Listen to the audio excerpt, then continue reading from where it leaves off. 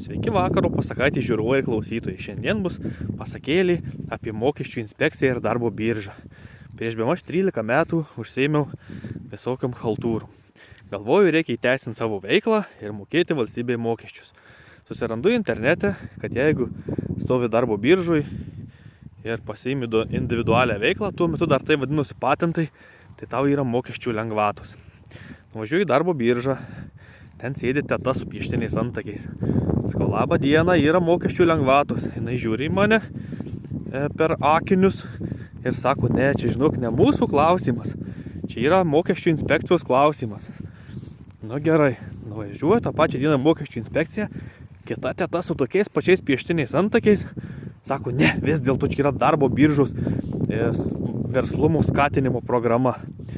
Nu gerai, tetus nesusitarė, tai tada aš tam tetai mokesčių inspekcijų dar sakau, tai aš vis tiek norėsiu pasimti individualią veiklą ir kokią čia man ją imti. Tai va, sako, rinkis. Ant lentos parašyta remonto darbai, tai yra statybos remontas ir variklių remonto darbai.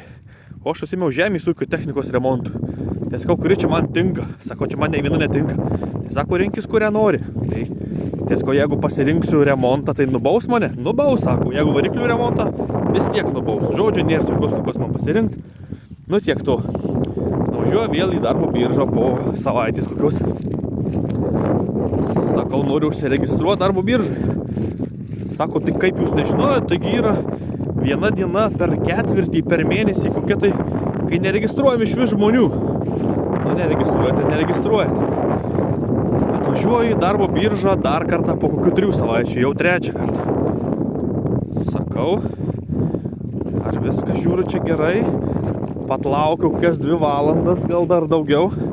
Atsistoja teta darbo biržininkė ir nenuostabu, kad atsidarius darbo biržos puslapį per šitą Internet Explorerį, sako, šiandien mūsų sistema užlūžo, daugiau nieko neregistruosim. Po 2 valandų sėdėjimų čia taip. Sakau, gerbiama teta, jeigu aš dar baigiau magistrą, ar nereikės mano jokių dokumentų? Ne, sako, nereikės nieko, mes čia viską bendra sistemas turim su visom mokymo įstaigom, su viskuo, viską surasim. Nu gerai, nuvažiuoju, dar turbūt po savaitės, dar palaukiu eilėje ir jau mane priima registruoti į darbo biržą. Ir sako, tai jūs gal kažkokiu dar mokymų, tų pažymėjimų turit? Taigi sakiau, kad aš magistrą baigęs. O tai kur jūsų diplomas, sako? Tai sakau, sakėt, viską turit. Oi, ne, sako, tai žinokit, neregistruosim, nes reikia diplomų. Sako, bet diplomų nieko nebus. Tai pasibaigė mano 4. kartas darbo biržoj. Tuomet išėjau iš darbo biržos, dar būdamas ant darbo biržos laiptų paskambinau į savo buvusią darbovietę. Ir va taip jau 13-14 metų aš dirbu didžiausioj Baltijos šalyse, vieno iš didžiausių Baltijos šalyse, pieno perdirbimo įmonė. Va taip, sėkmės istorija tokia, kaip darbo birža ir mokesčių inspekcija surado man darbo vietą.